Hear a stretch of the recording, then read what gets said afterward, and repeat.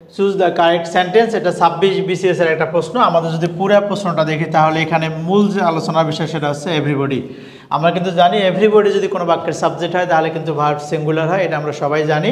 তো আমাদের প্রথমত তাকাতে হবে এইখানে সিঙ্গুলার ভার্ব কোনটা আছে। দেখি এটা হ্যাভ প্লুরাল ভার্ব, তাহলে এটা উত্তর হচ্ছে না।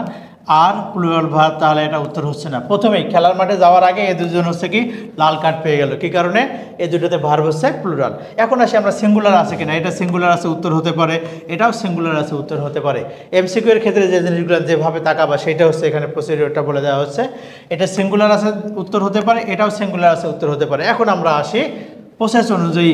আমরা জানি এটা হ্যাভ ভার্ব, আমরা জানি হ্যাভ ভার্বের পরে অবশ্যই ভার্বের 3 নম্বর ফর্ম হবে, তাহলে হ্যাজ, এরপর এটা হচ্ছে গন, তার মানে এটা হচ্ছে ভার্ব 3 আছে, উত্তর হচ্ছে এটা রাইট। আর এটাতে হ্যাজের পরে দেখো ওয়েন্ট দেয়া আছে, এটা হচ্ছে ভার্ব 2, তার মানে এটা উত্তর হচ্ছে না, এটা হচ্ছে না, এটা হচ্ছে না, উত্তর হবে সি। আশা করি এই পদ্ধতিতে আমরা এমসিকিউগুলো যদি দাগাই তাহলে সহজেই আমাদের উত্তরটা হওয়ার চান্স অনেক বেশি থাকে। সবাই ভালো থাকে, সুস্থ থাকি, সবার জন্য শুভকামনা থাকলো। আল্লাহ হাফেজ। ভর্তি হতে ভিজিট করুন www.online.rcctube.com অথবা কল করুন 09613 662 000 এই নাম্বারে।